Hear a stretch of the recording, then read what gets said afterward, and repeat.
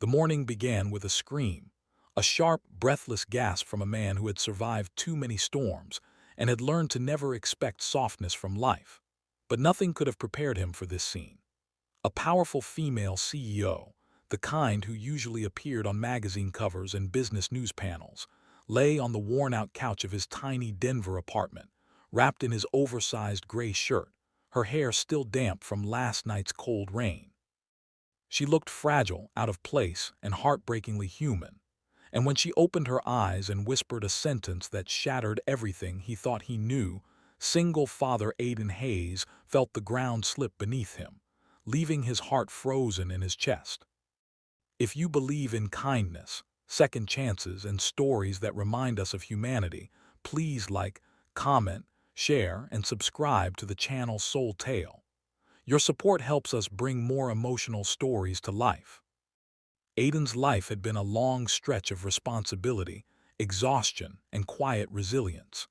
After losing his wife 3 years earlier in a tragic car accident, he had become both mother and father to his little girl, 7-year-old Charlie. His world had shrunk to school drop-offs, late-night shifts at the downtown hotel where he worked as a maintenance technician, and endless attempts to keep up with rent and bills. Every morning felt like a race against time, every evening a test of strength, and every night a reminder of the loneliness that lived quietly in his chest. Still, he pushed forward, because Charlie deserved a father who showed up even when his heart felt tired. The night before had been brutal.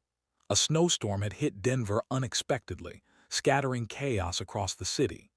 Aiden had been on call for emergency repairs at the hotel, fixing burst pipes and malfunctioning heaters until 2 a.m. He remembered driving home with Charlie asleep in the backseat after his neighbor picked her up.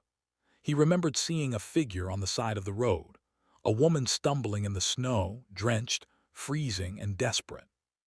He didn't recognize her then. He only saw someone who looked like they might collapse in the cold. So he pulled over, called out to her, and helped her into the car when he realized her lips were blue from the icy wind. He didn't think twice. That was what his wife used to say. Kindness is a responsibility, not a choice. And Aiden tried his best to keep that alive. He had carried the exhausted woman into his apartment, left Charlie tucked safely in bed, and placed blankets around the stranger. He remembered giving her his shirt because her blazer was soaked, and he remembered her trying to say something before she passed out. He didn't know who she was, didn't know the weight of her identity, didn't know that the morning would bring a truth that would shift the course of his quiet, worn-out life. When she woke up, she whispered a sentence with the kind of trembling vulnerability he had never seen in anyone, let alone a CEO whose face he now recognized from company profiles displayed across the city. Morgan Hale, the 32-year-old billionaire tech CEO whose company had built the biggest educational platform in the country, was sitting on his couch wearing his shirt like a fragile shield. And she had said it softly, almost as if she feared the weight of her own words. She had said she had nowhere else to go, that she had been running from something she never thought would break her, that she had reached a point where she needed help but didn't know who to trust. Those words froze Aiden, not because of the fame attached to her name, but because he saw real fear behind her eyes, the kind that didn't belong to wealth or power, but to a human heart silently crumbling. As the day unfolded, Aiden learned that Morgan had been facing an internal sabotage attempt within her company. Someone she had trusted was trying to take everything she had built. After months of pressure, sleepless nights, betrayal, and isolation, she had suffered a breakdown on her way home. Her car slid on the icy road, and instead of calling security or her board, she had simply walked away. She didn't know where she was going. She only knew she couldn't go back. And fate, or something kinder, had placed Aiden on that same road at that same hour. Aiden listened quietly, absorbing her pain without judgment. He understood the heavy ache of losing control, the dark nights when nothing made sense, the helpless days when the world seemed too heavy to carry. Morgan, despite her wealth, felt trapped in a cage built from expectations, power, and unforgiving responsibility. Aiden lived in a different world, one built from bills, grief, and forced resilience. But pain recognized pain, And in that small living room, two broken people found something that felt like understanding.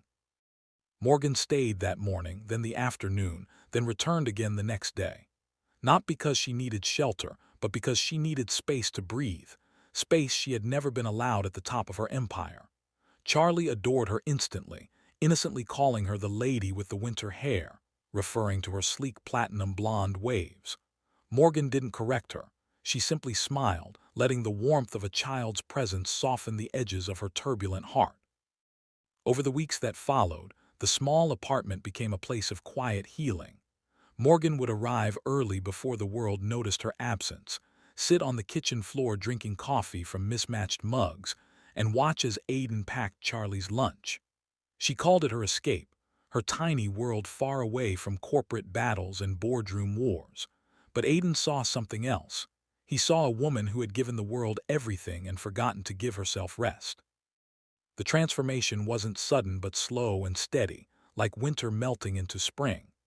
Aiden began to feel something he'd buried long ago, a spark of connection, a stir of hope, a reason to smile that didn't come from responsibility alone. And Morgan found in him a kind of safety she had never experienced, not from bodyguards, not from luxury penthouses, but from the human simplicity of being seen, understood, and not judged for once in her life. But life has a way of testing fragile beginnings. One evening, a black SUV parked outside Aiden's apartment building. Morgan's assistant stepped out, breathless and anxious. The media had discovered her absence. The board needed her immediately. The world she had run from had finally caught up. Aiden watched her panic return, watched her shoulders tense, watched the fear she had been trying so hard to escape take hold again. She apologized, almost as if her presence in his life had been